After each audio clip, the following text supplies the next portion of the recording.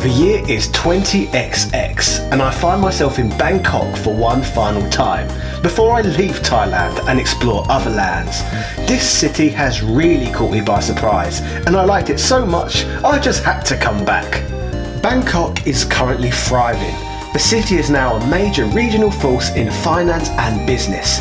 It is an international hub for transport and healthcare and has emerged as a regional centre for arts, fashion and entertainment. Today the city is well known for its vibrant street life and cultural landmarks.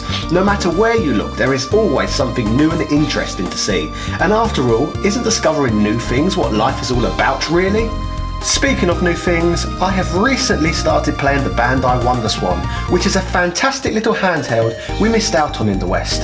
In our part of the world, even knowing about the Wonderswan's existence is pretty fringe information, let alone actually owning one and playing the bloody thing. But believe it or not, the Wonderswan was pretty popular here in the East. I can confirm this as first-hand I have seen absolutely loads of them for sale in the retro toy stores around this very city. So with this relative success, a fair few big franchises made it over to the platform, and amongst those was of course Mega Man. The game I'm going to be talking about today is titled Rockman and Forte, Mirai Kara no Chosensha, which is a traditional style Mega Man game. To give you a little bit of history on the chronological lead up to this game, Forte, known as Bass in English, was first introduced to the Mega Man franchise in 1995, when he was placed as one of the antagonists within Mega Man 7.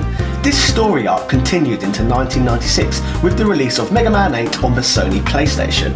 In 1998, the sequel to Mega Man 8 was released, entitled Rockman and Forte, which was released exclusively to Japan. The reason this game launched only in Japan was because, believe it or not, this game was released for the Super Famicom, aka the Super Nintendo, a platform in which had been dead in the West now for quite some time. Despite this being a Japan exclusive, I of course imported a copy anyway, and as far as Mega Man titles go, this one may be the worst one I have ever played, so it's no major loss really if you're yet to experience this one. The game eventually saw a worldwide release anyway when it was ported to the Game Boy Advance in 2003 as Mega Man and Bass. This version, however, is even worse though, as it displays an annoying zoomed in perspective, thus making this game even more annoying to play. So yeah, a SNES game was followed up by a PlayStation game, which was then followed up by another SNES game, which then, believe it or not, was followed up by a bloody Wonderswan game in 1999. How exhilarating! Yeah! Anyway, this Wonderswan Mega Man game's Japanese name translates to English as Mega Man and Bass Challenger from the Future. A notable fact regarding this game was that the title was only licensed by Capcom and instead was developed by Wonderswan creators Bandai themselves. This was a deal similar to that of the Mega Man games for the Sega Game Gear a few years earlier. In that title's case, the game was developed by Freestyle, licensed by Capcom and published by US Gold. Before we get into looking at the gameplay of Mega Man and Bass's Wonderswan adventure, I'll first touch on the game's story. The game is set in the year 200X, which by all accounts is a typo considering the prequel was set in the year 20XX. But anyway, I digress. Basically, a group of robots calling themselves the Dimensions attack Symphony City, a city where people and robots live in peace. The entity leading the Dimensions with overwhelming power is a robot who looks just like Mega Man. However, this robot is said to be dark, wicked and completely obsessed with destruction. Upon hearing this news, Mega Man takes off to pursue and defeat this new foe, despite apparently being under maintenance at the time. Dr. Wily, who is also aware of this dark Mega Man, also decides he wants to investigate, so sends Bass to the city to try and solve the mystery. For the time being, Mega Man and Bass decide to put their differences aside and face the new threat of the Dimensions alongside one another. Now let's talk gameplay. It is pretty standard for the Mega Man series, simple yet bloody well difficult. It is a simple 2D platformer which does feel quite different though to the previous Mega Man games, as it was obviously developed by a different company. The game doesn't seem to feature much scrolling, as you generally must walk from one screen to the next. A cool little feature though is that certain parts of the stages are to be played on the Wonderswan horizontally, whilst others are to be played vertically. Whilst playing the game, you obviously get to choose whether you want to play as Mega Man or Bass. Bass has amazing aiming abilities and he is also able to do a double jump. whilst on the other hand Mega Man has neither. If you have played the previous entries of the series, you will know playing as Mega Man over Bass is essentially playing the game in hard mode. Bass does have some weaknesses though. For example, Bass's downside is that he can't fire whilst he's walking. The stages tend to be littered with tiny platforms over pits and various spikes, all of which can end you in one-hit KOs. Bass is obviously better with this due to his double jump, but unfortunately his Buster is weaker than Mega Man's, so he needs several good shots to defeat even weak enemies, so maybe playing as Mega Man isn't that bad after all. The Mega Man tradition of 8 bosses also makes a return to the game. That's if you include Mega Man Shadow and the intro stage boss, that is. You end the first stage by facing off against a yellow demon, then in later stages face off against Aircon Man, Dangan Man, Conro Man and Komuso Man. You can play through these stages in any order, like in any other entry of the series. After you have dealt with these foes, you then go on to face a 5th robot master named Compass Man, who is a pseudo robot master as he has no master weapon.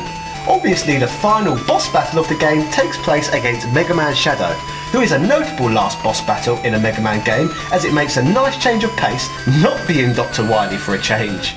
The actual levels are challenging, but not the hardest you would have ever experienced. There are however some poor parts of level design, like areas here and there that contain health or other power-ups Mega Man can reach easily but cannot get out of once he is there. The controls can be slightly awkward in places, as the Wonderswan does have a different style button layout to most platforms in which house Mega Man games. I found myself sometimes hitting the top controllers down to slide and end up botching the manoeuvre sometimes. As I mentioned previously, you often find yourself trying to avoid touching spikes in this game as they lead to one-hit KOs, so botching a slide manoeuvre straight into spikes can be extremely frustrating on occasion. Something else of note is that there is also a store sort of feature in this game. Basically, like in the last few Mega Man games that came out before this one, you find little bolts in the levels and can exchange them in the store so that they can build useful items for you. Examples of things you can buy with your bolts is giving Mega Man the ability to summon Rush to get up to high places, and Bass can merge with Treble and gain the ability to fly for a limited time. The drawback to this is that you can only carry one of each item at a time, and they go away when you use them. Also, like previous games, you can revisit stages to get bolts anytime you want, so if you want to spend time farming for items, that option is available to us. As usual, it wouldn't be Mega Man without elemental power-up weapons. As usual, Mega Man receives these when he defeats bosses. What's unique about this game though is that some of these power-ups are pretty different from the ones Bass receives if he beats a Robot Master. Graphically speaking, I think it's a shame we saw this game released on the Wonderswan rather than a year later on the Wonderswan Color. Monochrome handhelds aren't exactly known for their breathtaking graphical appearances.